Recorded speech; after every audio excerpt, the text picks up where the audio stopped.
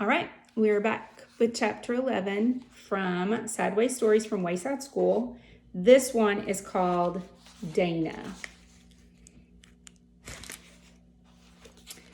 Dana had 4 beautiful eyes. She wore glasses, but her eyes were so beautiful that the glasses only made her prettier. With 2 eyes, she was pretty. With 4 eyes, she was beautiful. With 6 eyes, she would have been even more beautiful.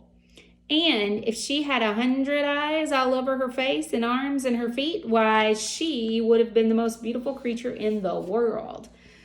But poor Dana wasn't covered from head to toe with beautiful eyes. She was covered from head to toe with mosquito bites. Mrs. Jules picked up her yardstick and said, "Now it's time for arithmetic." "Oh no, Mrs. Jules," said Dana. "I can't do arithmetic. I itch all over. I can't concentrate." "But we have to do all kinds of arithmetic," said Mrs. Jules. "Addition without carrying, addition with carrying, and carrying without addition." "I don't care," cried Dana. "We have that too," said Mrs. Jules. "Addition without carrying. Now, stop carrying on." Dana whined. "I can't, Mrs. Jules. I itch too much." "And I'm thirsty too," said DJ. "And I'm too tired," said Ron. "And I'm too hungry," said Terrence. "And I'm too silly," said Todd. Mrs. Jules hit her desk with her yardstick. Everyone stopped talking. Mrs. Jules said, "We are going to have arithmetic now, and I don't want to hear another thing about it."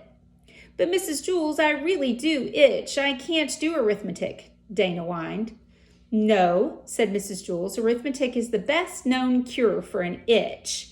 How many mosquito bites do you have?" "I don't know," said Dana. "Over 100. First, I try scratching one, but then another one starts to itch, so I scratch that one, and then that one stops, and then another one starts, so I scratch that one, and that itch moves down to another one. Then it goes back to the first one. The itch just never stays in the same place. I just can't scratch them all." "What you need is a good strong dose of arithmetic," said Mrs. Jules. "I'd rather have calamine lotion," said Dana. "Remember, Dana," said Mrs. Jules, "mosquito bites itch, not numbers." "So what?" said Dana. Mrs. Jules continued, "We'll just have to turn your mosquito bites into numbers." "I'm a mess," Dana moaned. Mrs. Jules began to turn the mosquito bites into numbers. "How much is 3 mosquito bites plus 3 mosquito bites?" she asked. Rondi raised her hand. 6 mosquito bites, she answered. "How much is 6 mosquito bites minus 2 mosquito bites?" asked Mrs. Jules.